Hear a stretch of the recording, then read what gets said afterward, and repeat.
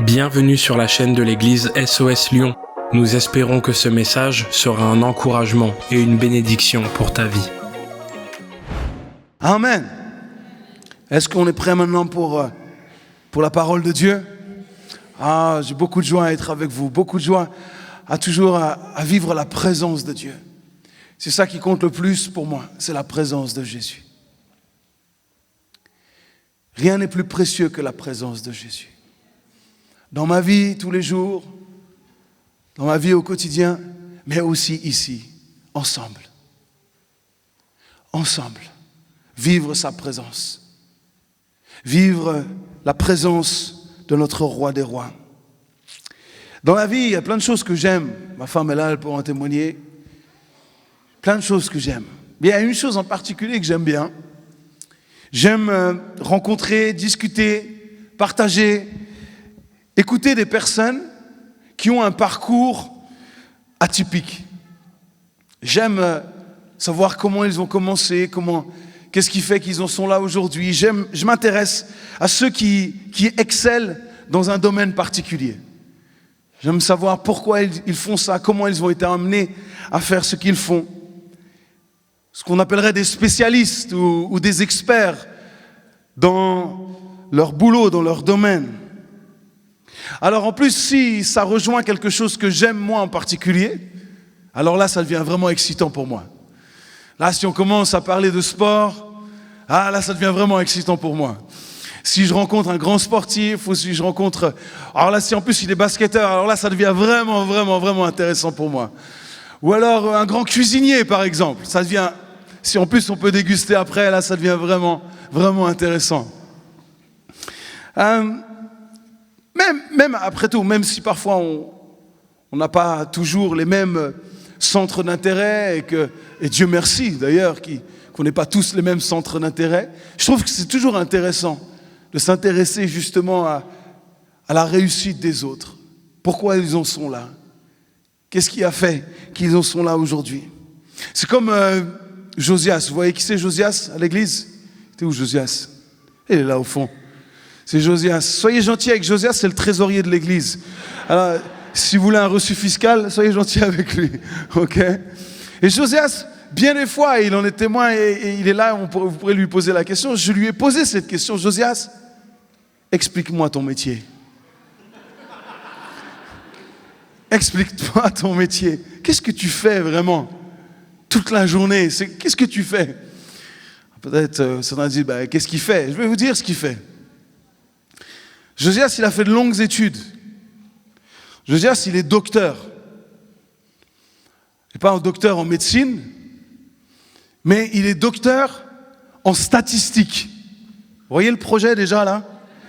Comment Josias, t'as pu te lever un jour et te dire, je me sens docteur en statistique. Tu vois, donc c'est intéressant de dire, mais qu'est-ce qui t'a emmené jusque-là? Qu'est-ce qui t'excite dans ton travail? Et puis on en a parlé plusieurs fois.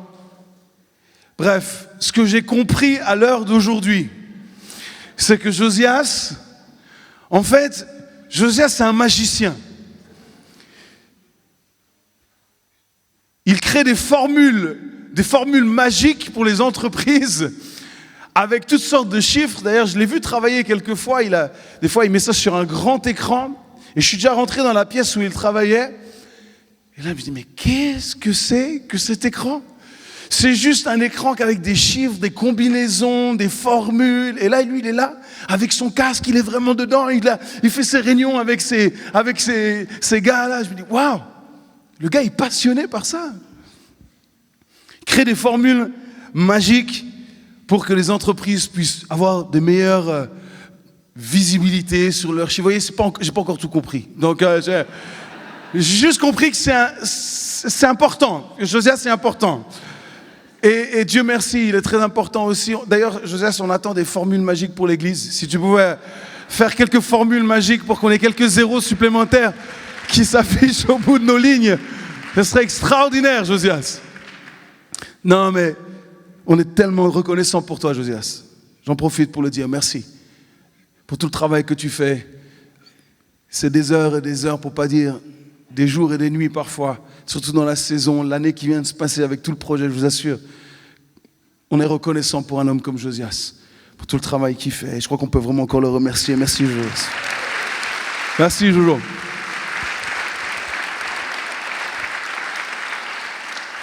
Et on est béni d'avoir des gens spécialistes, experts dans leur métier. Il y a certains experts que moi, si je peux les éviter, je suis content aussi. Vous voyez, quand vous devez aller au garage automobile et que vous êtes comme moi et vous n'y connaissez absolument rien en mécanique et que vous laissez la voiture à ce garagiste et que vous attendez son expertise. Vous venez pour juste une petite vidange. Puis finalement, ah ben monsieur, j'ai regardé votre voiture. Finalement, il va falloir changer ci, il va falloir changer ça. Et qu'est-ce que vous faites? Vous ne pouvez pas lui dire non, vous mentez. Parce qu'on n'a aucune manière de vérifier si ce qu'il dit est vrai. Vous devez faire confiance. On n'aime pas trop ce genre d'experts. Hein. Si on peut les éviter, ceux-là, on est content aussi. Mais ils sont tellement utiles. Tellement utiles. Alors, il y a des experts qui ont des bonnes nouvelles, puis d'autres qui ont des mauvaises nouvelles. Souvent, le garagiste, il a rarement des bonnes nouvelles. Il vient rarement pour vous dire « Finalement, j'ai rien trouvé. À la prochaine fois. » Non, en général, il y a toujours une nouvelle qui va dire « ok. » Un enchaînement de choses. Ça m'est arrivé la dernière fois sur ma voiture. J'étais venu pour... Et finalement... Merci l'expert. Merci le spécialiste. Ça fait plaisir. J'aimerais lire un texte aujourd'hui. Vous allez comprendre pourquoi il y a eu cette introduction. Jean chapitre 8, verset 1. Quand nous parlons d'experts, quand nous parlons de spécialistes, la Bible en parle aussi. Vous savez que dans la Bible, il y a des spécialistes.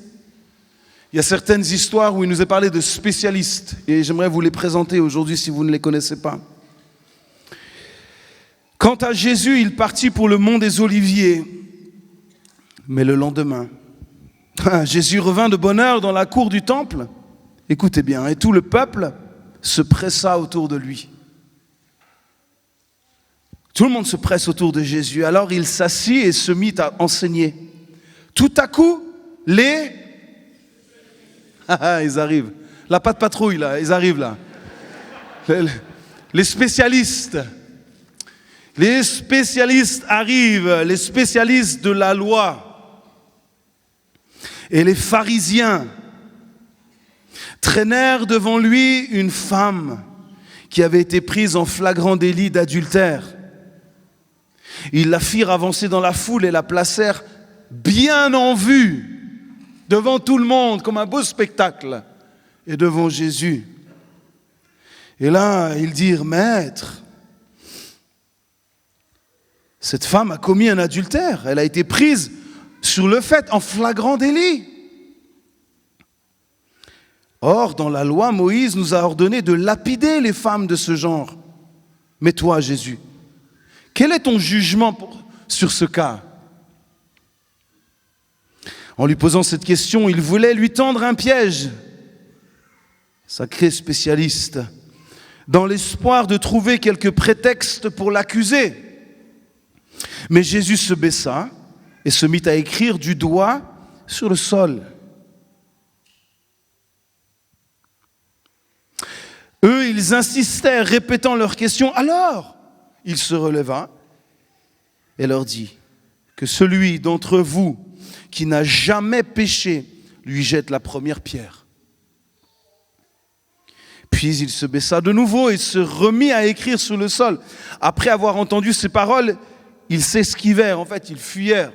Ils vont partir, l'un après l'autre, à commencer par les plus âgés, laissant finalement Jésus seul avec la femme qui était restée au milieu de la cour du temple.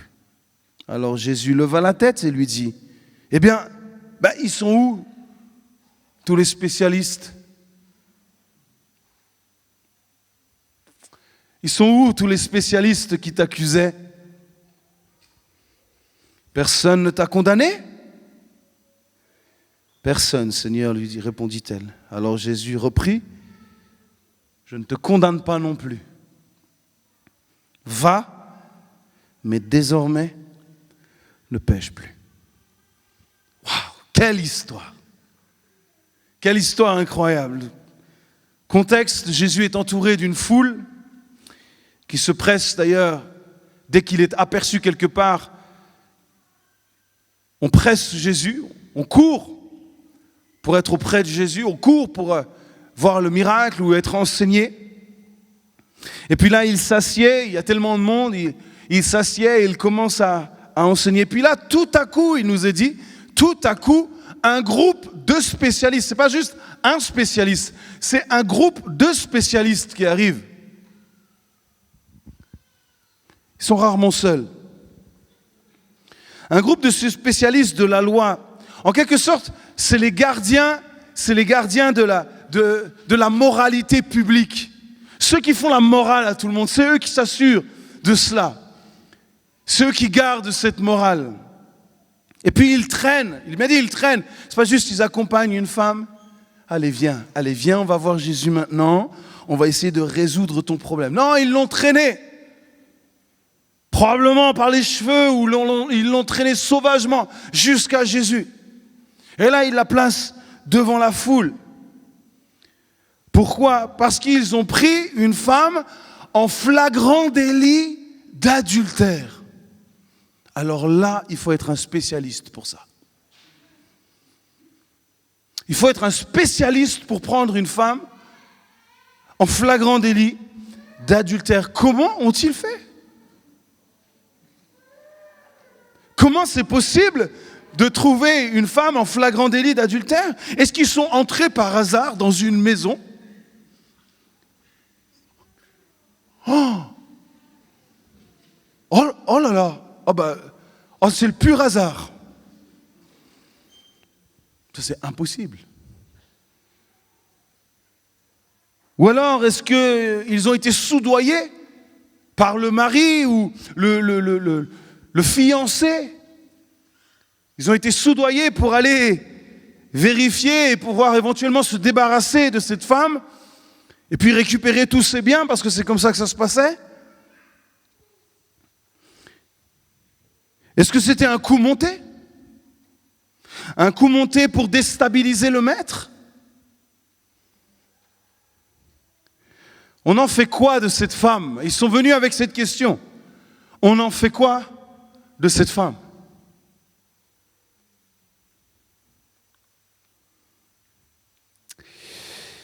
Ils étaient tellement spécialistes qu'ils avaient oublié la loi eux-mêmes. Dans Lévitique 20, au verset 10, qui disait que c'était les deux coupables qui devaient être mis à mort, parce qu'être adultère toute seule, c'est compliqué.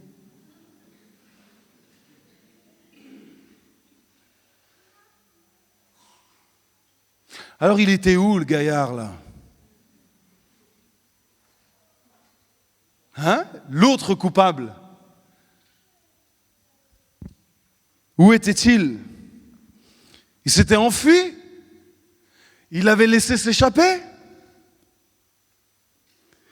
C'était peut-être une connaissance à eux. Pourquoi pas même l'un des leurs? Était-il spécialiste lui aussi? Pharisien? Ils étaient tellement, effectivement, spécialistes qu'ils avaient oublié la loi qui disait, dans Deutéronome chapitre 17, verset 7, que les témoins de l'acte seraient les premiers à lui jeter les pierres et qu'ensuite la foule ferait le reste. Ils avaient oublié aussi, ces grands spécialistes, ce texte de la loi. Ils étaient tellement spécialistes qu'ils avaient oublié cela aussi. Deutéronome chapitre 19 verset 16, et le texte va s'afficher. Écoutez bien. Si un témoin malveillant accuse quelqu'un d'être d'un méfait, les deux parties comparaîtront devant l'Éternel, devant les prêtres et les juges qui seront en fonction à ce moment-là. Les juges feront une enquête sérieuse. S'ils découvrent que le témoin a menti et qu'il a fait une fausse déposition contre son frère, vous lui infligerez la peine qu'il voulait faire subir à celui-ci. Ainsi, vous ferez disparaître le mal du milieu de vous. Ils ont oublié ce texte aussi, les spécialistes là. Le mot malveillant, ici, il indique perversion. Perversion de la justice sous différentes formes. Entre autres, si quelqu'un utilise la loi pour ses propres avantages. Pour ses propres avantages à lui, personnels, par désir de cupidité, c'est-à-dire de gain, ou par désir de haine. Et ici le mot malveillant qui indique cela, une perversion de la loi. Pour la mettre bien à l'aise, qu'est-ce qu'ils vont faire? Effectivement, ils vont traîner cette femme. Ils vont l'humilier. L'humilier bien en vue devant Jésus. Tout d'abord, qu'est-ce qu'ils vont faire? Ils vont interrompre le maître. Le maître est en train d'enseigner, je ne sais pas si on réalise, il est en train d'enseigner. Et eux, ils arrivent, ils font un bruit, un vacarme pas possible parce qu'ils étaient plusieurs. Et ils arrivent, ils perturbent le maître, ils interrompent le maître dans ce qu'il est en train de faire. Ils viennent perturber, déranger, se font remarquer et humilient cette femme. Écoutez ce qui est dit, et vous l'avez lu avec moi, dans l'espoir de trouver un prétexte. Ça, c'est les spécialistes. Dans l'espoir, le seul espoir en faisant ce qu'ils font maintenant, c'est de trouver un prétexte pour accuser qui? La femme? Non. Pour accuser Jésus. Pour accuser Jésus. Alors là, il faut être assez spécialiste pour manigancer tout ça. On peut leur accorder au moins cela. Ils tendent un piège à Jésus dans l'espoir de trouver un prétexte pour l'accuser. Pourquoi? Parce que si Jésus dit oui à cette question, on doit la lapider comme Moïse nous demande de le faire. Si Jésus dit oui à ce moment-là, Jésus se met en opposition face au régime romain. Pourquoi? Parce que c'était seuls les Romains qui étaient capables de donner une sentence comme la lapidation. Donc ils auraient espéré même que Jésus dise oui, il faut la lapider. À ce moment-là, il l'aurait dénoncé aux Romains, c'était terminé. Et puis, si Jésus dit non, alors là, il se met en opposition directe avec la loi de Moïse. Et là, il n'est plus le prophète qu'il dit qu'il est. Ils tendent un piège. Ces spécialistes de la loi, ces bons religieux qui viennent tendre des pièges. Ils étaient tellement spécialistes et omnibulés par faire la morale aux autres, par juger les autres, par critiquer les autres, par regarder la vie des autres. Vous savez ce qui se passe? C'est qu'ils ont oublié de regarder à eux-mêmes. Et c'est souvent ce qui se passe. Les gens qui prennent beaucoup de temps à regarder ce que font les autres, à épier la vie des autres, à critiquer la vie des autres, ne passent pas suffisamment de temps de regarder à ce qui se passe dans leur propre cœur. Et c'est là le problème. Ils ont oublié d'être eux-mêmes irréprochables face à cette même loi pour pouvoir quoi? Pour pouvoir exiger aux autres de l'appliquer. Pour pouvoir exiger à quelqu'un de faire quelque chose, il faut que toi tu le fasses toi-même. Ils sont tellement spécialistes qu'ils sont tombés dans leur propre piège. Vous avez remarqué, quand il pose la question, Jésus va se courber, donc il est assis en train d'enseigner, il va se lever un petit peu, il va se courber et il va commencer à écrire sur le sol. Je sais, on aimerait savoir ce qu'il a écrit sur le sol. Personne ne sait ce qu'il a écrit sur le sol. Ce n'est dit nulle part.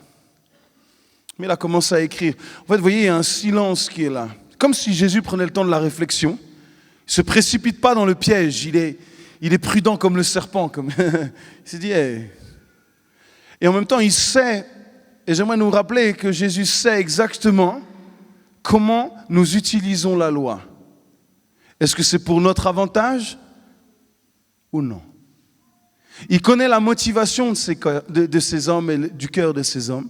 Il les connaît, il lit la conscience de ces gens. Et il est là.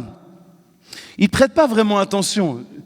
Presque il les ignore d'une certaine manière, jusqu'à ce qu'ils reviennent vers lui et disent « Hey, mais on t'a posé une question, tu pourrais répondre quand même. On fait quoi de cette femme ?» Que celui d'entre vous qui n'a jamais péché lui jette la première pierre.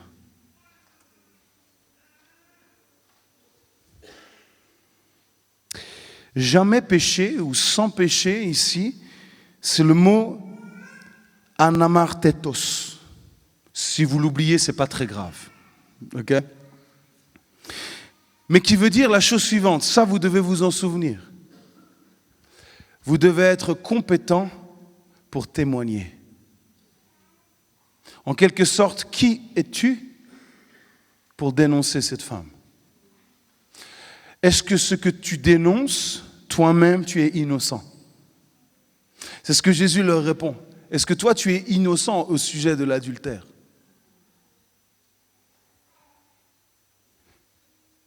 Que celui qui n'a jamais fauté jette la première pierre. Et là, qu'est-ce qu'il nous est dit? C'est extraordinaire cette scène. Qu'en premier, c'est les plus anciens qui sont partis. Peut-être ceux qui avaient plus de choses dans leur conscience. Ils disent, oulala, fais vite que je m'en aille là. Ça sent le roussi pour moi. Jusqu'aux plus jeunes, ils sont tous partis les uns après les autres. Ils ont tous fui. Messieurs les spécialistes.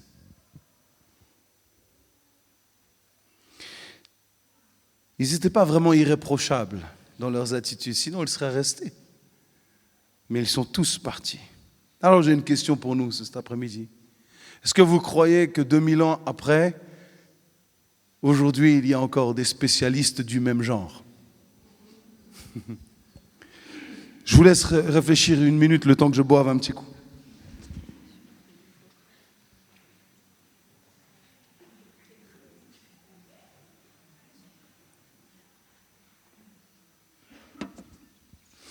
Ça y est, vous avez une réponse?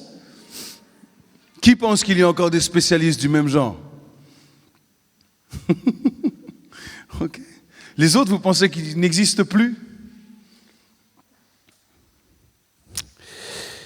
Est-ce que vous pensez qu'il y a encore des pécheurs comme cette femme aujourd'hui?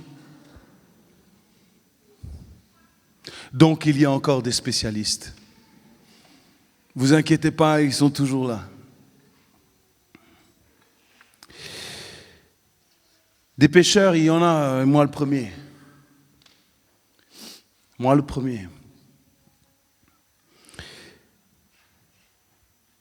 Je sais que Jésus n'est pas le spécialiste de la loi.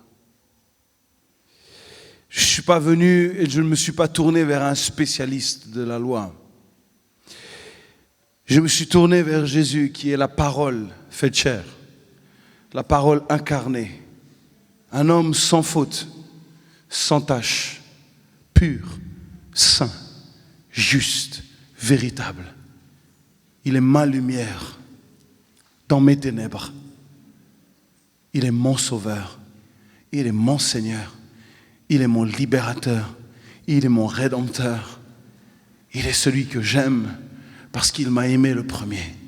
Il est Jésus-Christ, le Messie, le oint, venu sur terre pour moi, pour me libérer du péché.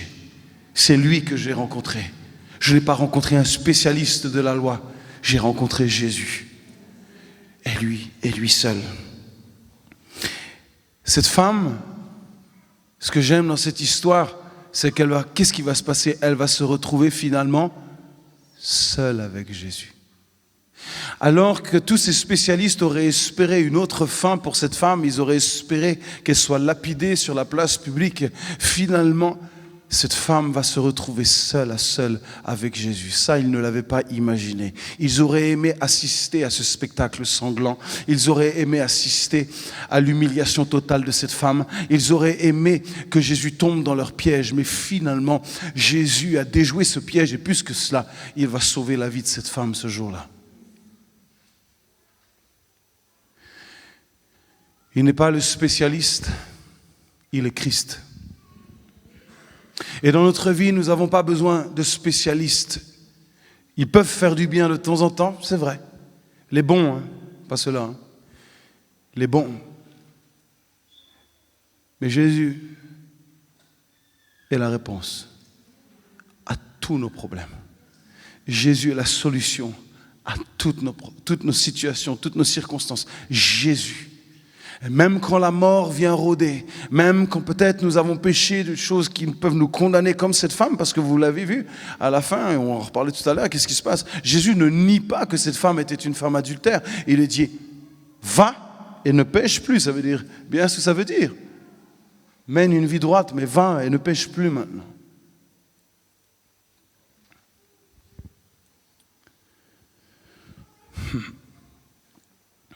Seul avec Jésus. Il ne va pas nier son péché, il ne va pas la condamner, mais elle va être avec Jésus. Le pire moment de sa vie, probablement le pire moment de sa vie, va se terminer par le moment le plus important de sa vie. La rencontre la plus importante. Et peut-être aujourd'hui, tu peux être dans la pire saison de ta vie. Peut-être tu es venu cet après-midi avec un cœur sale, avec un cœur qui te condamne, avec un cœur honteux. Mais dans ces situations peut-être qui te semblent la pire, j'aimerais te dire qu'aujourd'hui, tu peux rencontrer Jésus personnellement. Il est là pour toi. Il est là pour toi et pour toi seul. Il aimerait que tu le rencontres personnellement. Peut-être des spécialistes t'ont dit, oulala, oh là là, les conséquences, oh là là, ça va être terrible pour toi. Et puis il ne faut pas faire ci comme ça, il faut faire ça. Écoute ce que Jésus te dit. On vit dans un monde de spécialistes. Tout le monde a son avis sur tout. Tout le monde pense détenir la vérité absolue. Tout le monde pense détenir la recette parfaite. Tout le monde. Moi, je pense que, et chacun vient avec ses discours, avec ses convictions et aime imposer cela. Jésus seul est le chemin, la vérité et la vie. Jésus seul. Ce n'est pas un spécialiste, c'est Jésus-Christ. Et nous sommes appelés à suivre Jésus. Le moment le plus dégradant et humiliant de sa vie va finalement se révéler salutaire pour cette femme. Peut-être aujourd'hui c'est un moment qui est humiliant, dégradant pour toi, tu es dans une situation, tu dis mais qui suis-je? C'est exactement cette question qu'il faut se poser pour que tu rencontres Jésus. Qui suis-je pour mériter cela? Personne ne mérite la présence de Jésus. Personne ne mérite le salut. Personne ne mérite la grâce. C'est un cadeau que Dieu te fait. Et aujourd'hui, il suffit simplement de le prendre et de le saisir.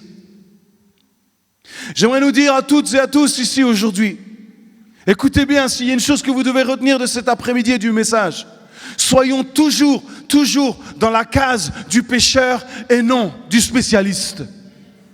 Si nous commençons à nous considérer comme des spécialistes, nous sommes déjà en train de faire fausse route. Je préfère me voir comme un pécheur sauvé, un pécheur gracié. Pourquoi? Parce que je retournerai toujours à la croix et aux pieds de Jésus. C'est là où j'ai envie d'être. Mais à partir du moment où je dis, mais ça je gère, ça je maîtrise, ça je contrôle, c'est là que ça devient dangereux. Nous avons besoin de Jésus tous les jours, toutes les heures, toutes les secondes, nous avons besoin de lui. À chaque instant, nous avons besoin pour qu'il renouvelle nos pensées, qu'il renouvelle nos vies, nos cœurs, nos âmes, nos émotions, nos sentiments. Nous avons besoin de lui pour tout, absolument pour tout. Ne nous plaçons jamais dans la case du spécialiste. Pensons que nous maîtrisons parfaitement le sujet. Il y aura un jour où nous serons là-haut et nous serons définitivement détachés de notre vie de péché.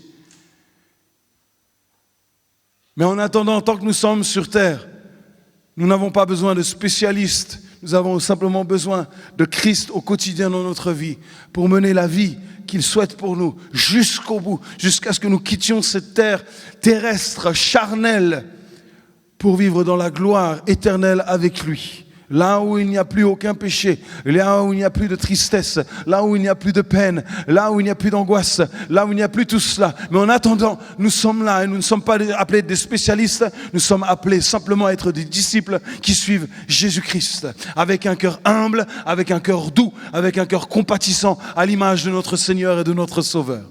Amen. Alors restons suffisamment humbles pour vivre la présence de Jésus. Seuls les humbles peuvent vivre dans la présence de Jésus. Vous savez, les spécialistes des accusations sont rarement les spécialistes de l'adoration.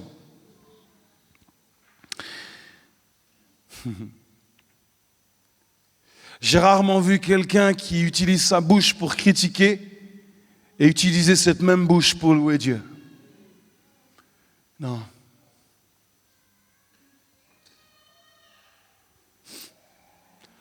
Garde ta bouche et loue le Seigneur. Est-ce qu'il y a des choses qui sont critiquables? Oui. Mais nous ne sommes pas appelés à critiquer.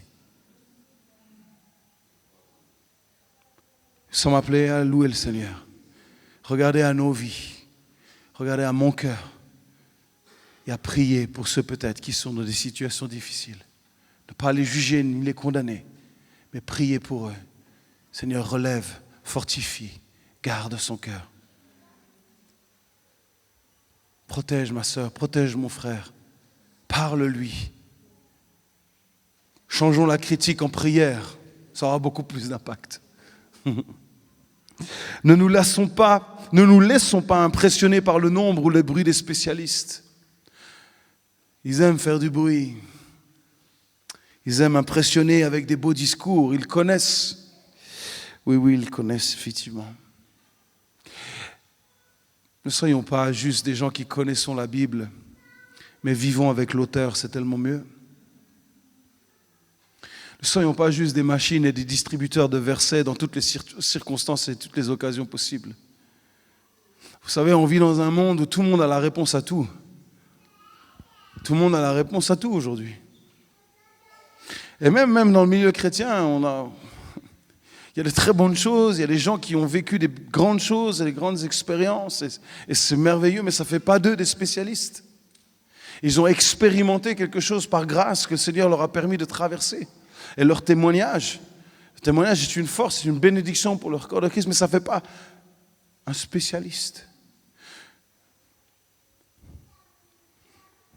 Je suis assez parfois surpris quand nous avons même dans nos milieux chrétiens aujourd'hui nous utilisons des termes qu'il y a dans le business ou dans le monde séculier.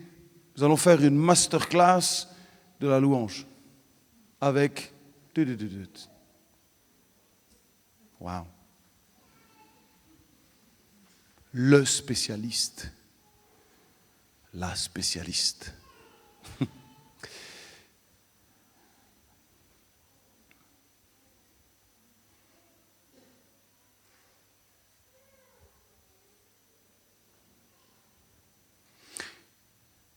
Que voulons-nous dans notre vie?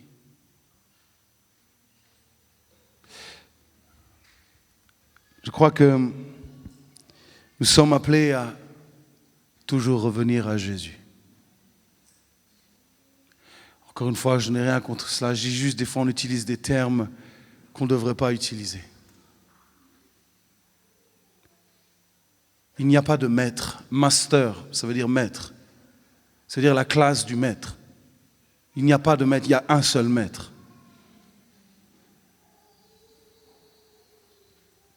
C'est Jésus. Revenons à l'école de Jésus. Revenons à l'école du Maître. Revenons à l'école de sa parole. Méditons sa parole. Aimons sa parole. Mangeons sa parole. Buvons sa parole.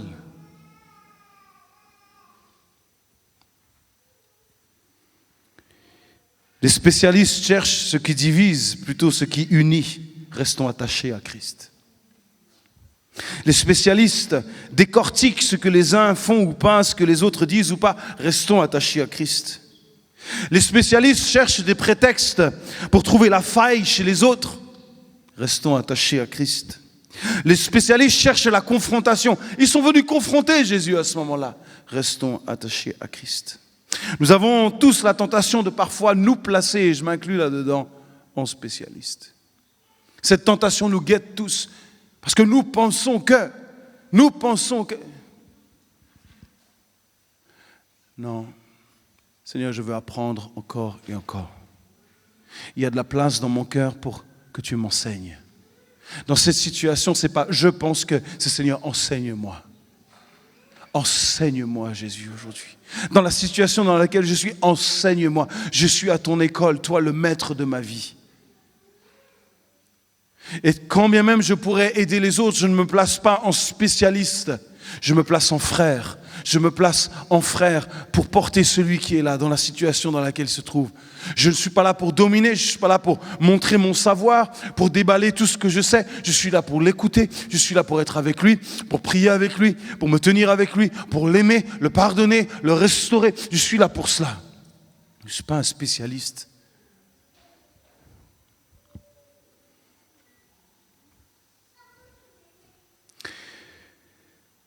Continuons à rencontrer Jésus jour après jour, afin qu'il nous change, lui le Christ. Restons attachés à lui plus qu'à toute autre personne. Restons attachés à sa personne et à sa parole infaillible. Vous pouvez avoir les meilleurs spécialistes, mais il reste des hommes faillibles. Vous pouvez avoir des gens qui ont fait des choses extraordinaires, et Dieu sait qu'il y en a sur la terre aujourd'hui. Des hommes que Dieu a utilisés de manière extraordinaire. Et on regarde ça d'un œil contemplatif, on dit « Waouh, c'est merveilleux !» Et ça nous touche, et ça nous booste, ça nous donne du courage. Ça nous motive, c'est vrai. Mais regardons à Christ. Laissons-nous changer par Christ, et par Christ seul. Alors Jésus se leva la tête et lui dit « Eh bien, où sont donc passés tes accusateurs? Personne ne t'a condamné? » « Personne, Seigneur, lui répondit-elle. Alors Jésus reprit, « Je ne te condamne pas non plus, va, mais désormais ne pêche plus. » J'aimerais aujourd'hui nous encourager à apporter nos situations à Christ. Et si toutefois nous voyons quelqu'un qui traverse une situation, ne nous plaçons jamais en spécialiste, mais venons avec un cœur qui aime, un cœur compatissant, plein de grâce, dont nous avons bénéficié aussi, et nous bénéficions encore et encore. Nous sommes là pour nous porter les uns les autres, pour nous aimer les uns les autres, pour nous soutenir les uns les autres. Nous sommes là pour cela. Nous sommes unis dans l'amour de Christ. Et nous n'utilisons pas la parole et la loi pour des fins personnelles, pour attester mon propos. Non, non, non. Nous sommes là pour rester unis. Il y a beaucoup de spécialistes, mais il n'y a qu'un seul Sauveur et il n'y a qu'un seul Seigneur. Et il s'appelle Jésus-Christ. Merci d'avoir pris le temps d'écouter ce message. Si tu n'as pas encore d'église, rejoins-nous. Toutes les informations sont sur notre site église-soslyon.com. À bientôt.